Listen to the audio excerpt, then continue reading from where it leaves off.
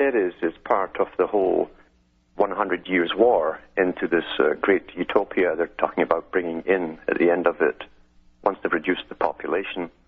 But in the meantime, you're going through the complete socialization of the world, where government will have a finger in everything that you do. Literally, you will be serving government to serve the world state. That's the whole agenda behind this. And they'll be tracking everything that you purchase, and there'll be so much legalities and so many rules to follow in your everyday life that you'll be like a fly in a spider's web.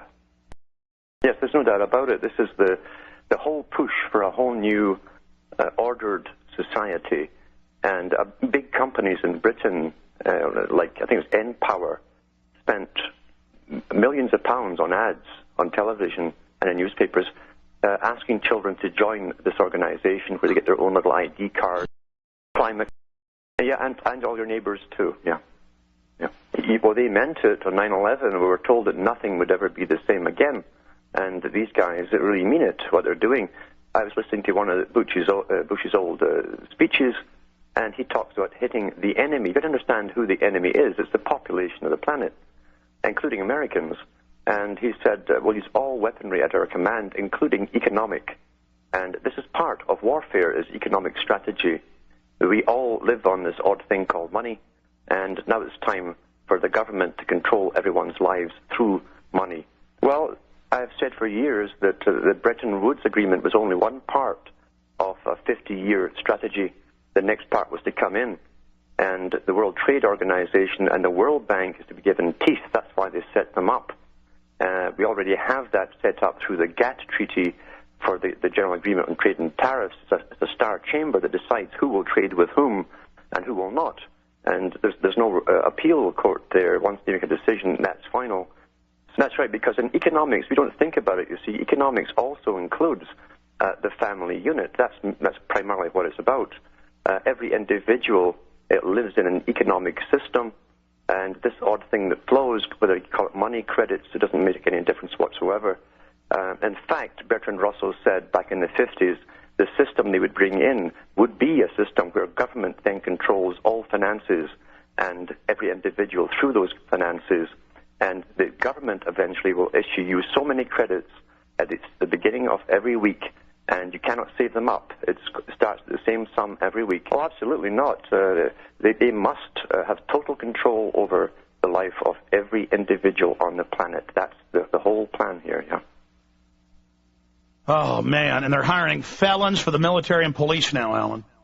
I know. They've been doing it across Europe for quite a few years now. But the tragedy is that the general public don't even understand what really is going on. This farce called money and the stock market has been rigged since it was begun. We know that for years and years the U.S. had a department which chipped in cash whenever the stock market was falling. No one panicked then. The media didn't tell us to panic then. The media, which is an arm of this ruling elite, are now telling everyone to panic, so they help bring it on. There's no doubt you cannot have this happening. Things don't happen on such a scale out of the blue. It takes a lot of coordination, and they all come out at the same time. Again, you see this united front approach. They all come out with the same thing, with the same slogan, same terms, same projections. It's organized, and that's your key. It's organized. We are. It's long-term plans, very long, in fact, intergenerational, and that's the key to the success of it. It's so slow, and then they hit you, and then slow again for a while till we adapt to the new system, and then they hit you again. But it's all designed to bring us into a global society, this new world order that Bush Sr. talked about. It's also a brave new world type of system, but first we must go through the Orwellian phase of it with the big boot stamping on the face forever. That's what we're going through now with the children ratting on parents, with a government in control of everything that you do economically. There'll be so many regulations now according to what you can buy, according to your status, your actual status to the system, because in this system, eventually there'll be no private property. That's stated already. That's one of their mandates. So they've got to eventually have government coming into private property, gradually taking it all over, and then you're dependent on government for your very survival and for your work and all the rest of it. This is the brave new world they're heading towards, But first they must train us all into it, and it's a training exercise as much as anything else to get the public of the world terrified so that we will accept all of the incredible rules and regulations that are coming down the pike. We will come out of this, as I say, much more with a reduced population, with an economic system that will never ever be the same again, and we're all supposed to serve what they call the world state. That will be our only duty. That's right, the Club of Rome was the main think tank. Now, all these think tanks are connected at the top. There's the pyramid structure, the 1,000 points of light, with the NGOs working for them to bring in social policy.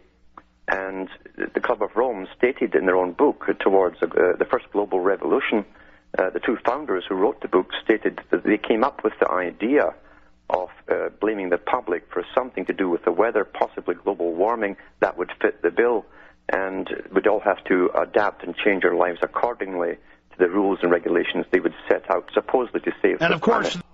Yes, that's a fact. And not only that, you see, what we're getting from the media is what we're supposed to be told, the panic and the hype and all the information about the war and so on. But what they don't tell you are the other things that are happening. See, total war has been carried out on the population of the world for years now, with inoculations. That was all part of it too. That helps dumb us down, makes us sick, to reduce the population. It destroys the immune system. And for 10 years solid now, they've been spraying the planet with aerial spraying almost every morning, altering the weather. So they're using a lot of hidden weaponry. That came out from the silent weapons agenda. So, and just recently, Alan, it's now the government's admitted? Yes, after the fact. They've been doing it for years. So we're being attacked. The world is being attacked through our food supply. It's all been altered as well. And you don't get big secret organizations coming together from warfare industries to make better carrots or potatoes. That there's something else going on here. And we know for a fact that cancers, for instance, of the stomach is skyrocketing. And that's what they showed when even rats and mice were tested with the GMO vegetables and so on. That's correct. Now it seems to be the right time. These guys, especially with the internet, they can take constant polls, daily polls, because of the traffic on the internet. They know what the public think, what they want, and even where the confusion lies, and exploit the confusion factor. So it's psychological war, but it's really intelligence gathering as well. These guys don't make mistakes. They know exactly when to hit us, and what a more perfect a time to hit us when they've declared a worldwide war on terror, this vague term. And it isn't until you realize that they're talking about everyone who lives with an idea that the old system is okay, the system they grew up in. Anyone who believes that is therefore a terrorist. These guys are bringing us to the new world order, as George Bush Sr. kept telling us. It's a new world order, a new system of running things, a new way of living. That's the most important thing of all. You won't be able to just breed as you wish to, pass your genes on, pick a mate. All of that's coming through now through different articles. That's correct, and that's what the pyramid stands for. It sits on the wasteland. The wasteland happens to be the profane, meaning the general public. That's what they mean by that. The short term, governments will come in and gradually take over. See, governments don't have to take over everything in any particular sector. As long as they have shares in it, they come in with rules and regulations. That goes with all the different organizations that already receive subsidies, etc., from government. Little homes even to care for the mentally disabled. Governments come in and demand that you have 2 or 3 stairwells and so many fire extinguishers and so on and so on. Then you end up doing bookkeeping for the government until you can't move for bookkeeping. That's how it's run. That's right, and they already have the big move on again from this quiet organization, this United Nations, that was set up to be the front for world government eventually. It's now getting teeth, and they already have mandated that inspectors go around homes, even through the rural areas, and fine you thousands of dollars if there's even a downpipe from your gutter that happens to have a hole in it, or is bent, or whatever, or plugged. I mean, they're going the whole route of punishment and using economics to punish the public, or drive them off the land. We're such an abominable, sick society that we won't make the history. But as you say that large nations took land from smaller nations, used force and violence, you get history talked about as corrupt behavior all the way along. until the beginning of the civilized world. That's when all the nations work together. World unification, working toward common good for all human beings, and without anyone being subservient to anyone else, without social stratification, whether it be technical elitism or any other kind of elitism, eradicated from the face of the earth. The state does nothing because there is no state. What's interesting about it is it doesn't say in the movie how they'll get to that stage, and they keep mentioning to sustainability. That means reduction of population. It means obviously that again there's going to be a eugenics program in place. We have to go back, as you say, into time, and we see this emerging with theosophy in Britain when Madame Blavatsky was put out there to the public to start off a branch, mainly to get a lot of women into this movement, but also men as well. And we know that the High Masons ran this organization. In fact, Besant, who took over from Blavatsky, was a daughter of Lord Besant. Now, Besant itself is the name of the standard of the Knights Templars. That was the name of it, Besant. So even their names were phony, but they used them in real life. So they came up with Krishnamurti, who was to be a savior of the world, a new messiah. And he was trained by these lords, these High Masons, to do what he did. And this movie, I noticed, started off with Krishnamurti talking. So here is a theosophist bringing in the theosophical worldview. Now, let's not forget, we jump forward, Adolf Hitler and all the boys around him based the Nazi ideology on theosophy. They were theosophists. They did believe in eugenics. That was a prime tenet of theosophy. Special breeding, selective breeding. We know this was happening already in the 1800s. We see it with Charles Darwin's family. Who are all that are left of the old engineers and mechanics have pledged ourselves to salvage the world. We have the airways, all that's left of them. We have the seas. And we have ideas in common. The brotherhood of efficiency. The Freemasonry of science. This is how I conceive our plan of operations. First, the roundup of brigands. That last dismal vestige of ancient predatory soldiery. The last would-be conquerors. Then settle. Organize. Advance. This zone, then that. And at last, wings over the world. And the new world begins. Yeah, this, as I say, is an old agenda that never changed. Now, it was tied in with the Nazi movement, and it was also tied in with the communist movement, because Lenin also said that eventually, towards the end of the millennium, the year 2000, he said, the state will gradually wither away. And sure enough, we'd already had statements before the year 2000 by Bush Sr. talking about the New World Order coming into view. Absolutely, a world system where the United Nations was to be given the teeth that it was set up to have. And this is the key to it. All the cries now are going towards we need a world system, a world government, and a world economic bank to run the whole planet. Same system, and a world without poverty can only happen when you eradicate the poor. That's part of it. See, into a technological system, you don't need such a large population. In fact, it's based on having a very small population being served by technology. So this is the agenda. I don't know if you noticed in the architectural magazines that they're setting up a pyramid, they've drafted up a pyramid town for Dubai, where it literally is a machine. You live inside a machine. Now, not everyone can get in, obviously, to this machine.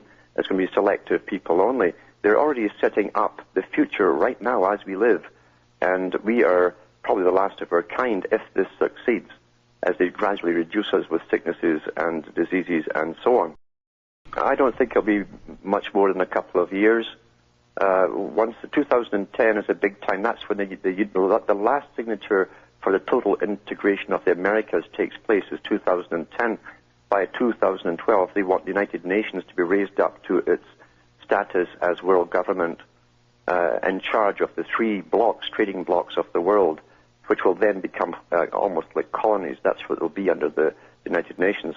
So they must start taking down the population through disease, war, and every other means possible. This is what they call the 100 years of chaos. they've talked about for centuries and centuries. It would take 100 years to take down a civilization, to reduce it, to train the young to come up into the new system as obedient servants who truly believe in it. And then at the end, they hope to have their technological utopia. They always talk about utopia. You know. As I say, you have to go back into the history. Now, the Fabian Society was a branch of this amalgamation of organizations that were all set up with specialized areas to be active in. And the Fabian Society, if you read H.G. Wells, he was also a founder member of the Fabian Society. He was also a member of the public relations, a PR man for the British intelligence organizations that were under royalty. And the Fabian Society were really deeply into eugenics. If you read through their writings, they're widely available. And they're one of the main instruments behind this. Their job was to get the average person, ordinary people, to truly believe in this change and work towards it. It was almost communistic in its ideology for the workers to believe, but at the top, they knew they needed the many people from within society, ordinary people, to true believers, in other words, to fall for the big lie of utopia and work willingly towards it. So they use everyone in turn. It's the same as the communist system. They had one set of propaganda for the mass man, one for the bureaucracy, and one for the Politburo, different agendas. This is the same kind of thing that goes on here. So all those who fall for, we're going to walk into a brave new utopia, all of us together, and I deserve to be there because I'm special and I've been very good, that's the big lie. You will be eradicated. Well, this is to say, I think it was Eliot said that Lucifer could appear only when you have an atheistic society, and to an extent it's true. These guys can come out and tell you the stuff, and it goes over the heads of people because they don't believe in it themselves. They think what a quaint hobby to have. So, but these guys are dead serious. Albert Pike talked about it too. Now, Albert Pike talked about his branch of the society, which is called the Right of Perfection, so he said that we shall take over the banking industry, basically, through the stock markets and so on. We shall get to the top by any and every means possible. And we must remember, around the same era, you had one other branch that took the heat for all the rest of them, and that was Weishaupt's branch, the Bienen order, the order of the beehive, who said that we shall use everyone. We entice people into work for us through great mysteries. It's always through a mystery that they attract all the New Ager types in. Then they use them to work towards an agenda which they do not understand. But Weishaupt also said that through the creation of big foundations, these big ones that run the NGOs and finance them, we shall direct the course of the world. That's the same thing that Albert Pike said. That's the same thing as you'll find the Fabian Society said. The big foundations are a parallel government intertwined with the Royal Institute of International Affairs that was set up to bring in world government using the British Empire as a base and America to take over the running of the empire. That was done in the time of Kipling. He wrote about it quite openly.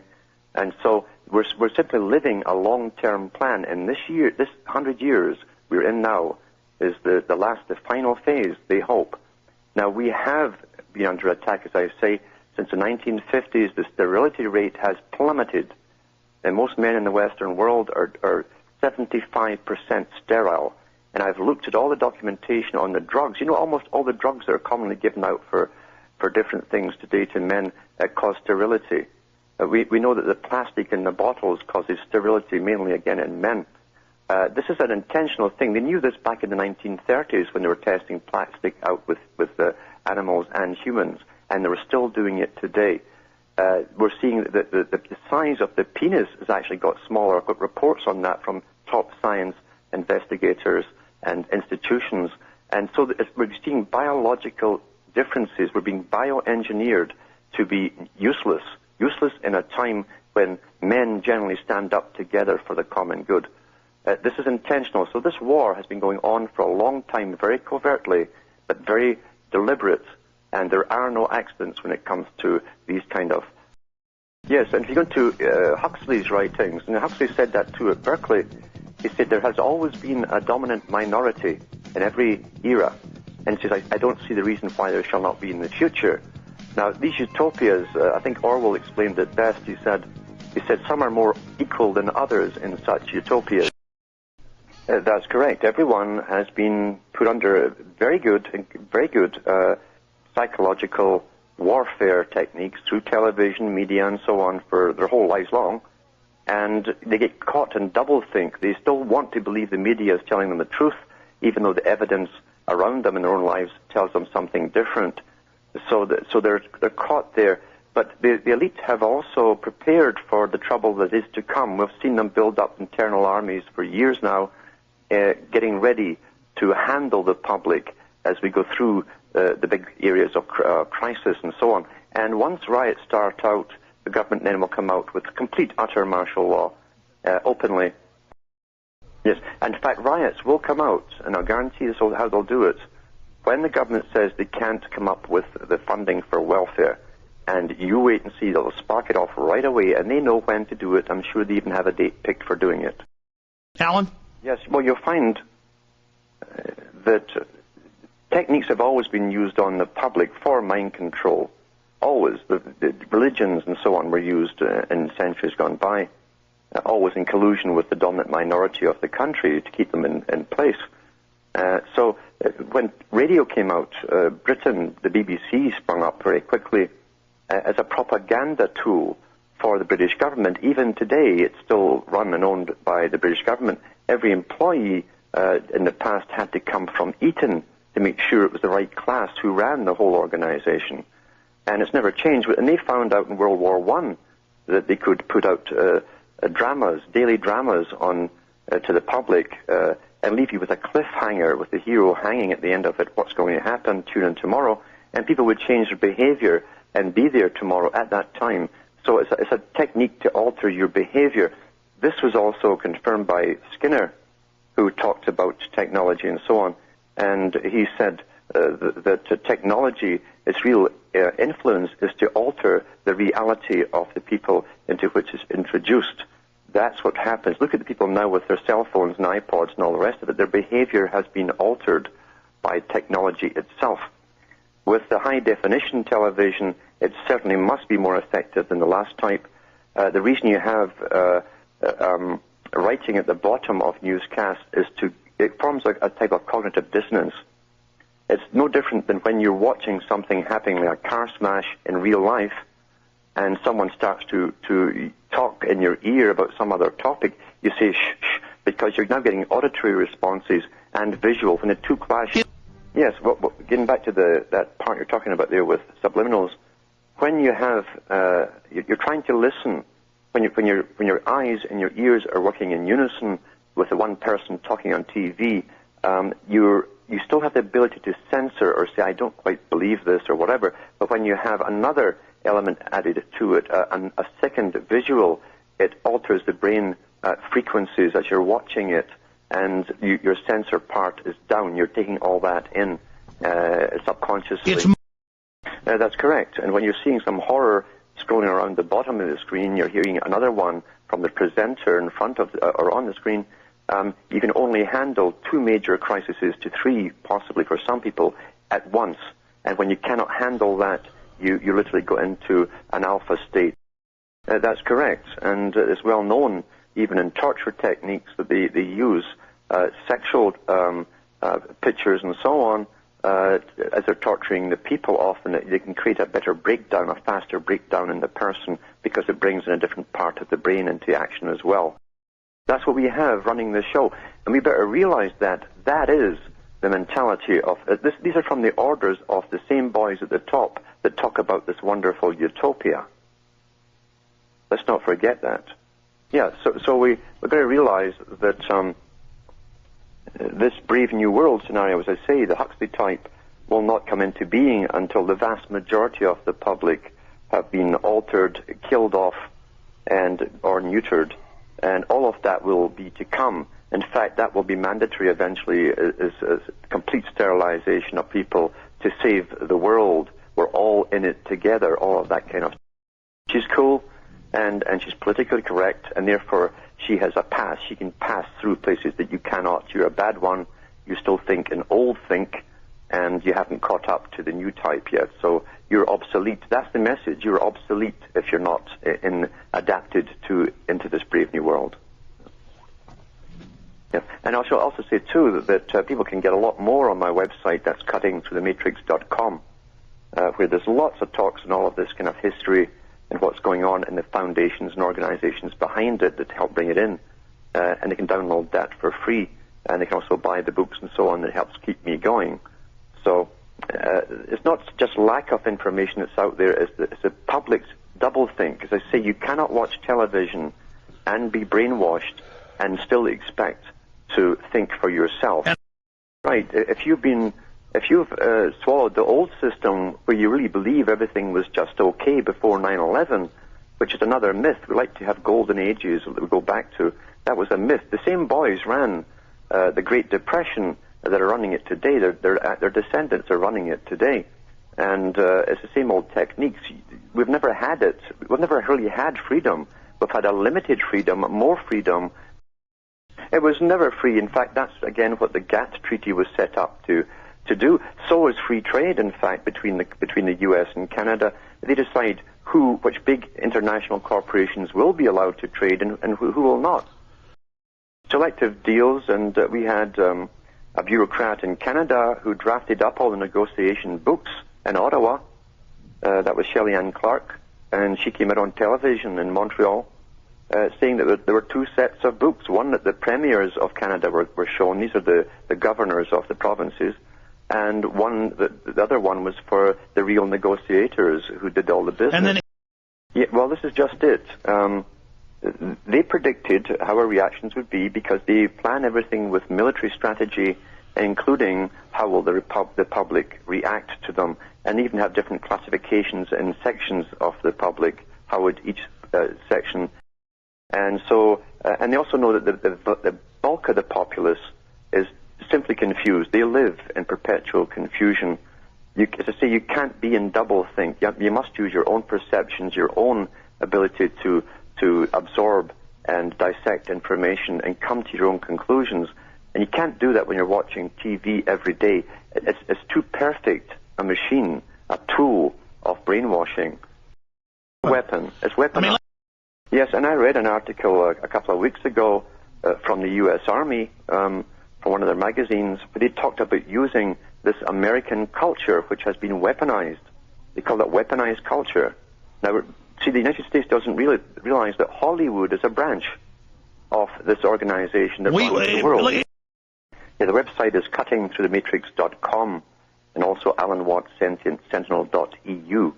And you can download lots of talks and transcripts of the shows I've done in the past, where I've gone into the histories with available documentation. I try to stick to the documentation because these characters do write what they plan to do in the future. And I tell people, when you get their books from, say, the Royal Institute or the CFR, which is the same organization, by the way, really, you'll find that they make their plans, they never change their plans, they'll tell you what kind of world they're bringing in, and then you realize, my God, they're actually doing it, and they have been doing it your whole life long.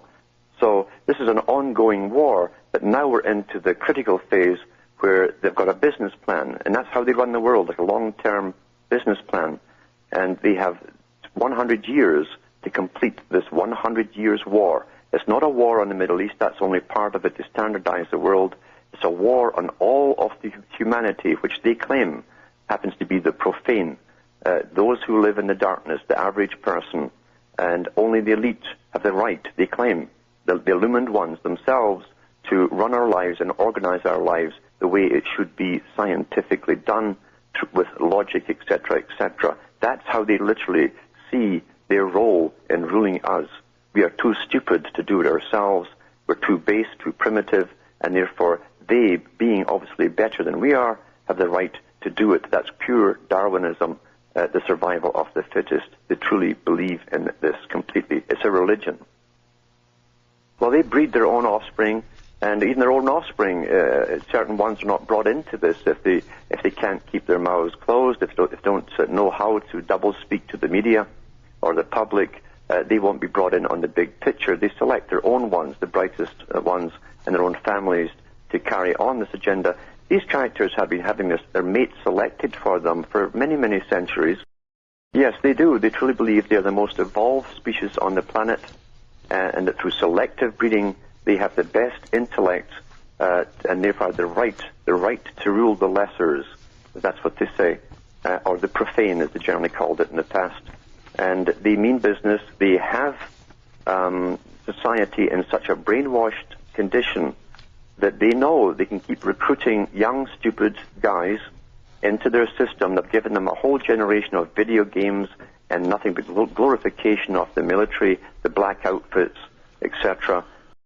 They've desensitized them completely. And in a society, too, and every dictator has known this, when you break the bonding between family and society, people crave bonding. Children need bonding. That's why, especially young males, are terribly screwed up today. They're brought up with single mothers often. They don't have the male role figure. The gang leader becomes their best friend who protects them, or they go into the military. The military then takes over that rule. They belong for the first time in their life. They're in a new tribe, and they have total dedication to the fellows, their fraternity of the tribe. That's the same technique that's been used for a long time, and it does work, unfortunately. While they're in that brainwashed mode, these guys will do whatever they're told. So we've got to realize that the elite are going to cause incredible turmoil within different countries, and they do want civil wars to break out so they can bring out all the repressive force that they've built up. The Department of Defense of Britain is top think tank. It's also the top for NATO, has come out with 30 years of riots, ongoing riots. That's what they foresee. They didn't tell us why. They do hint at a few things, but they do say this will happen, this is likely to happen, etc., etc. They call it the First Earth Army, and this was first announced by the creator of the Star Wars or Star Trek series, Gene Roddenberry. And so this was, again, Roddenberry announced that. He belonged to NASA, and everyone in NASA is a 32nd degree minimum Mason. So, and of course, even that was set up by another fellow who started off the American Rocket Research Company. He was actually told to start off his own branch, and that became NASA. Yeah, that is the real utopia. Even Russian defectors have come across and said that once totalitarianism comes into their own country, they'll turn, first of all, on the very liberal ideologists and professors who help promote it, because they cannot have people demanding freedom as the liberals do. So the liberals bring it in, they go for all these wonderful causes, but they're the first to be knocked off when they see the reality of the totalitarian system. It's been a pleasure, Alex.